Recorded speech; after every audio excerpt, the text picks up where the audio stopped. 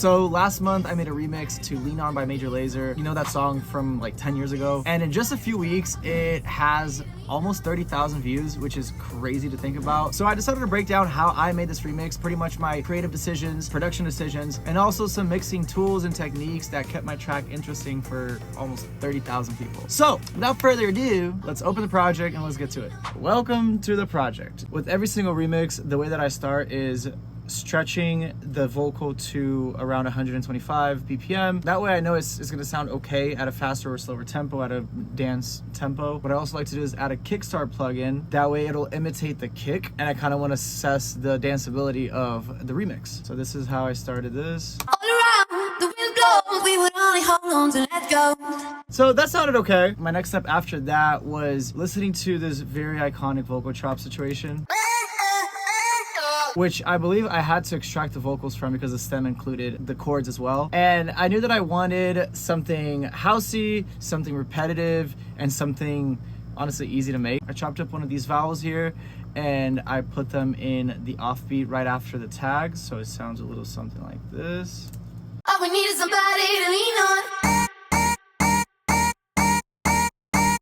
And you can hear how there's still that chord element from the original stem. I think it just added something melodic. And from there, it was just, you know, adding the dance elements. So I added a kick first. And then now the drop starts coming alive, right? I always build a full drop first, and then I make like an A drop and the B drop. The A drop is, you know, has less elements, is less energetic, and then the B drop is like, okay, this is the actual drop. So after the kick, I added a clap and some hats. I put a lot of drum reverb on that. The hats also have a 16th note delay, like very light on the mix. And then I just layered some top loops from Splice. I also have a hat loop, and that's just really just top end clicks. And then I have a shaker loop, and I have the hat and the shaker panned opposite each other. Oh, and then a super verbed out clap just to accent the beginning of the drop. As far as the bass goes, I have just like a very minor like bass progression using a serum preset. And at the end of every phrase, I open the filter. I have that layer with the sub, just playing the exact same notes as the bass. And I have this like tension bass situation, just holding down the root note. Okay, I'm also like a sucker for tremolated elements, especially tremolated basses. I feel like it adds a lot of characteristic without just being a simple percussion that gets repeated. This is a one shot from Splice that I just slapped on a tremolo plugin and made this as like a riser into the drop. So this is pretty much the drop. This is the bulk of the drop.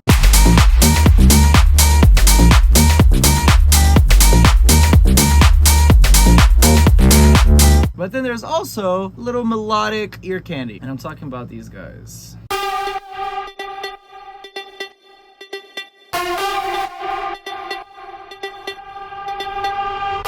So this is literally made with 2 pluck presets, one pan hard left, one pan hard right.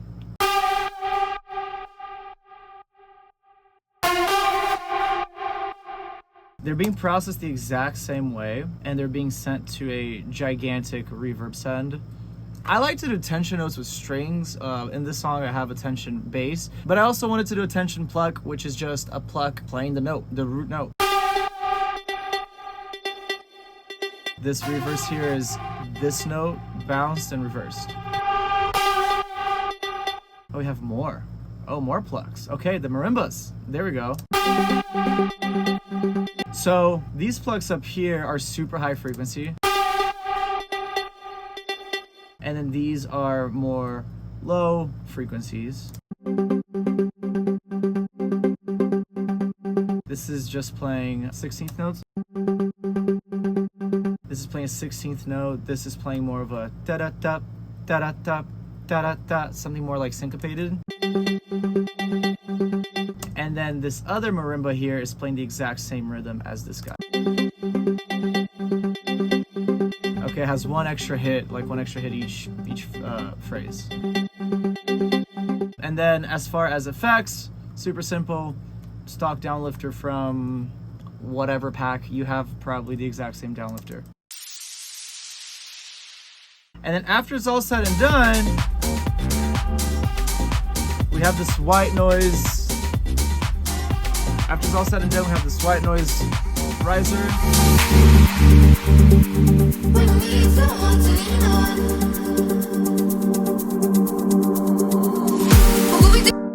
Damn, I'm not gonna lie, this break here sounds fucking fantastic. So let's talk about it.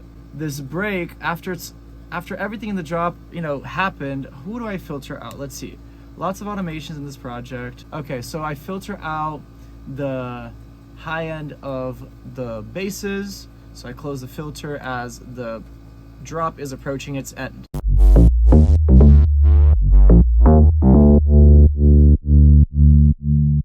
Then I have this note here being held throughout the duration of the break, and then it kind of like closes the filter or it stops playing. So this pluck, there's things happening. It has to do with the closing filter.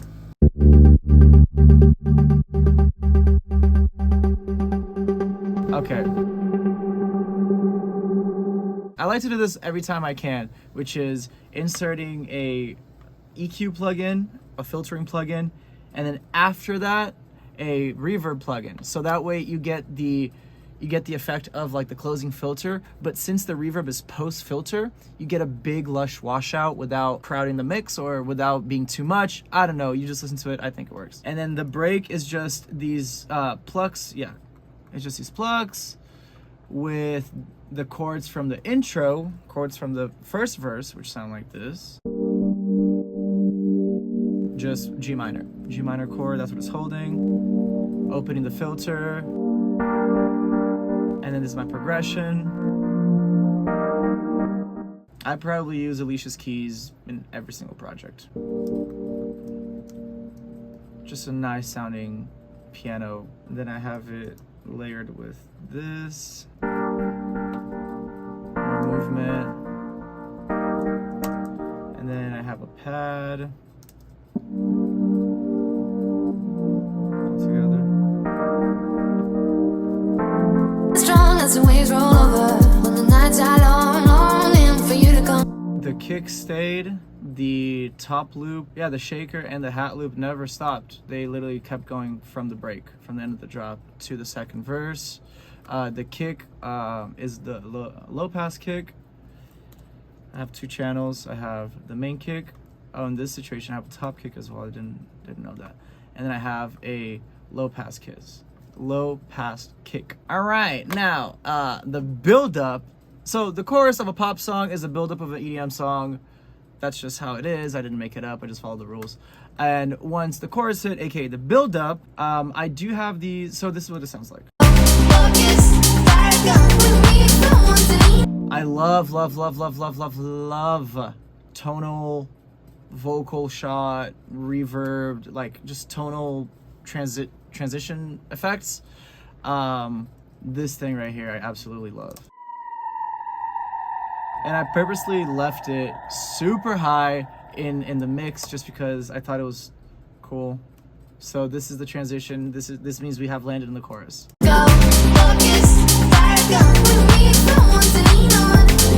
The drums, pretty much the same from the drop.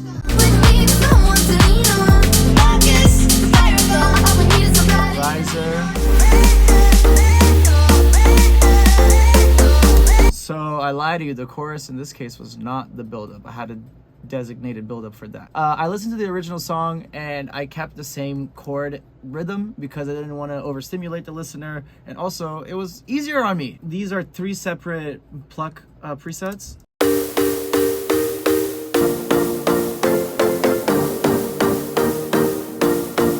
This is just a pad with like no attack.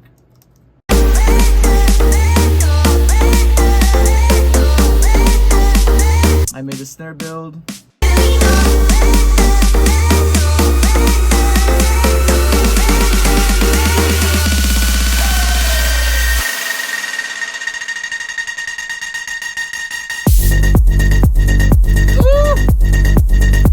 Okay, let's talk about that. So this second drop, I like to keep everybody on their toes, including myself, because I get bored of the same drop twice. So the second drop, it was more stutter house. It's, you know, more complex than the first drop. And now, how did I do this? So I chopped that, which is my favorite part in the original song. I think it's the first beat. Without any processing, it sounds like this. The first thing I added was a tremolo. Shaper box. It's a very simple effect. It's literally just a volume automation, meaning that throughout the course of a 16th note, the volume is gonna just ramp all the way down. After this automation, I have a kickstart plugin that pretty much, like, for all intents and purposes, it mutes the first like vocal chop, and that kind of puts it all in perspective and it glues it into the drop. So we go from this to this. And then this here is the same as this, but what I do in this one is I open up Shaper Box. Instead of having it on 16th notes, I have it in like free, meaning that I kind of choose the rate. So started with the rate of 4.71 hertz, and throughout the course of this phrase, I lower it to, let's see. Oh no, I started way higher.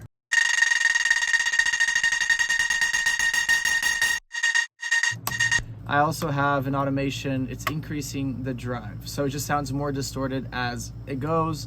But then I'm also, since distortion also brings up volume, I'm also lowering down the gain with this gain plugin.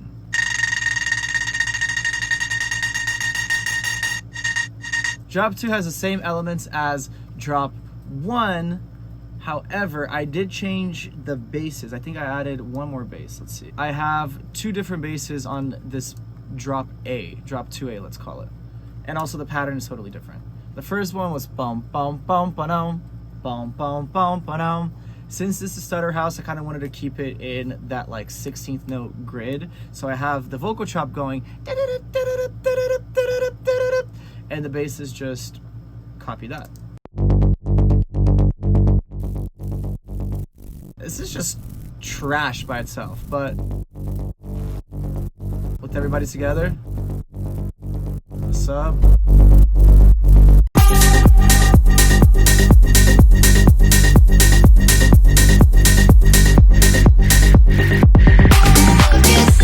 And then I just go back to the original bass, like.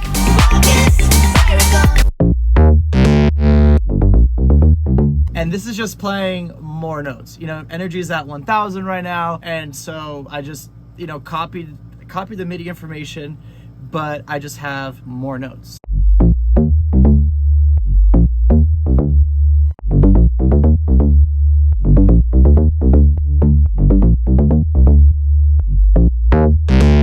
I also added this tonal perk on the second drop for more energy.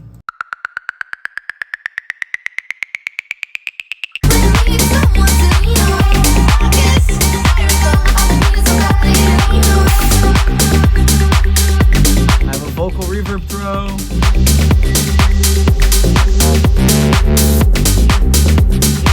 And then things start filtering out. The sweep is coming in. And that's my remix. Hopefully this video taught you at least a couple things to make your remixes more interesting, or maybe some production techniques that you never thought of. If you like the remix, please click it somewhere here, listen to it, send it to your friends, add it to your playlist. This will really help me out a lot. Like the video, subscribe for more content, and let me know what songs you would like remixed.